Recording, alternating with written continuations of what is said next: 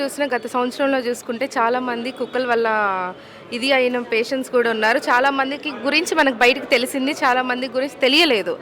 రీసెంట్‌గా చనిపోవటం కూడా జరిగింది. అండ్ రీసెంట్‌గా మనకి ఈ సంవత్సరం చూసుకుంటేనే ఒక చిన్న బాబు అడ్మిట్ అవ్వటం, మీరు వెళ్లి కలవటం కూడా జరిగింది. అసలు అధికారులు ఏం చేస్తున్నారు? ఏదైనా ఇది ఒకటి ఇన్సిడెంట్ జరిగితేనే వాళ్ళు మాట్లాడతారా? సోషల్ మీడియాలో వైరల్ అవితేనే వాళ్ళు స్పందిస్తారా?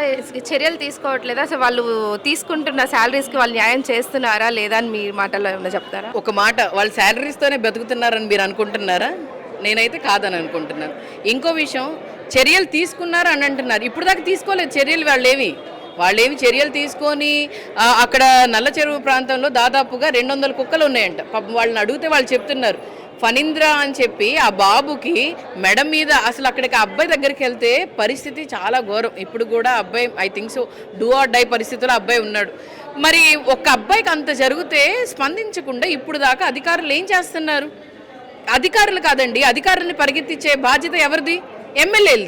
ఎమ్మెల్యేలు పరిగెత్తించాలి. ఎందుకనంటే ఏంద్రా మాకు ఓట్లేసి గెలిపించిన వాళ్ళకి ఇలా జరుగుతుంది, మీరు ఏం చేస్తున్నారని చెప్పి చెయ్యాలి. ఒకసారి నేను అదే అన్నాను, మీకు తెలియకపోతే ఎక్స్ఎమ్మెల్యేలు ముస్తఫా గారిని అడగండి. ఆయన బాగా చేశారు ఆ టైంలో. శానిటేషన్ ఇక్కడ ఉన్న అందరినీ డి నుంచి ఈ ఎస్సీ ప్రతి ఒక్కరిని కూడా పరిగెత్తించేవాళ్ళు. పని అన్నా పరిగెత్తించేవాళ్ళు. ఎవరైనా ఫోన్ చేసి కంప్లైంట్ చేశారు, మా ఇంటి ముందు చెత్త ఉంది, ఇలా 4 రోజుల నుంచి ఉంటుంది చేస్తుందనో కూడా పరిగెత్తించేవాళ్ళు. మా గవర్నమెంట్లో ఆ విధంగా చూసుకునేవాళ్ళం. కానీ ఇప్పుడు పరిస్థితి అలా లేదు. ఎందుకంటే డబ్బులు ఇచ్చిన వాళ్ళకే, జేబులు నింపిన వాళ్ళకే పనులు, లేకపోతే పనులు జరగవు. మరి కింద స్థాయిలో తీసుకుంటున్నారా, పెద్ద స్థాయిలో తీసుకుంటున్నారా అర్థం కావట్లేదు.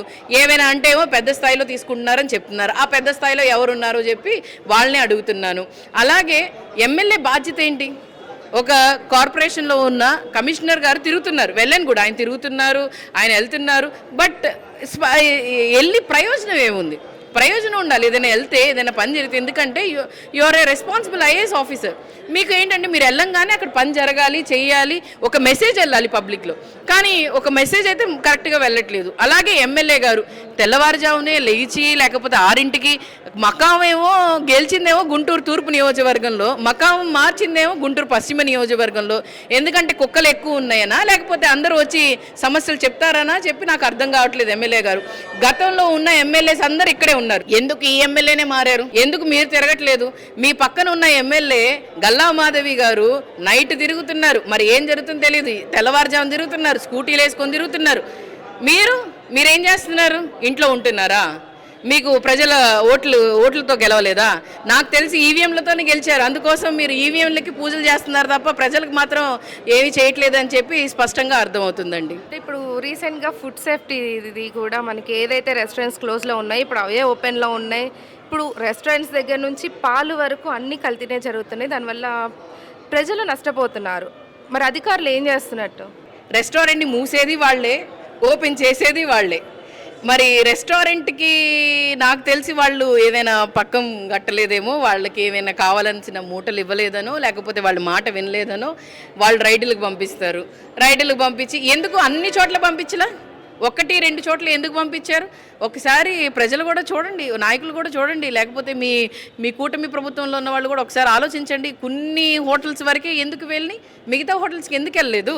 మరి దాన్ని బట్టే అర్థమవుతుంది కదా ఎమ్మెల్యే గారు దేనికి వెళ్తారు, దేనికి వెళ్ళరు అని చెప్పి స్పష్టంగా అర్థమవుతుంది. అలాగే కల్తీ పాలు, కల్తీ అంటే లైసెన్స్లు ఎవరు ఇస్తున్నారండి? ఎవరి బలంతో మీరు ఇవన్నీ స్టార్ట్ చేస్తున్నారు? మరి ఎవరు మద్దతు లేకపోతేనే ఇవన్నీ స్టార్ట్ అవుతాయా? మరి కల్తీ పాలు కానీ, కల్తీ అన్నీ కల్తీయే, నేను చెప్పుకోకూడదు. కానీ కింద చిన్న పిల్లోడి దగ్గర నుంచి పై స్థాయి దాకా తాగే ప్రతి దాంట్లో కూడా కల్తీనే. డయేరియా వల్ల ఎంతమంది ఇబ్బంది పడ్డారో మీరు చూస్తున్నారు. మీ కల్తీ లిక్కర్ వల్ల ఎంతమంది చనిపోయారో చూస్తున్నారు. కల్తీ పాల వల్ల వాళ్ళందరు కడుపు కూత మీరు ఖచ్చితంగా మీకు ఉసురు తగిలిద్ది. ఈ కూటమి ప్రభుత్వం పోయే కాలం వచ్చిందని చెప్పి ఈజీగా అర్థమవుతుందండి. చూశారు కదా, ఇది నూరి ఫాతిమా గారి మనోగతం. కుక్కల గురించి కానీ, ఫుడ్ సేఫ్టీ అధికారుల గురించి కానీ ఆవిడ మాటల్లో మనం తెలుసుకుందాం. కెమెరామెన్ అనిల్తో దివ్య గారు, సుమన్ టీవీ, గుంటూరు.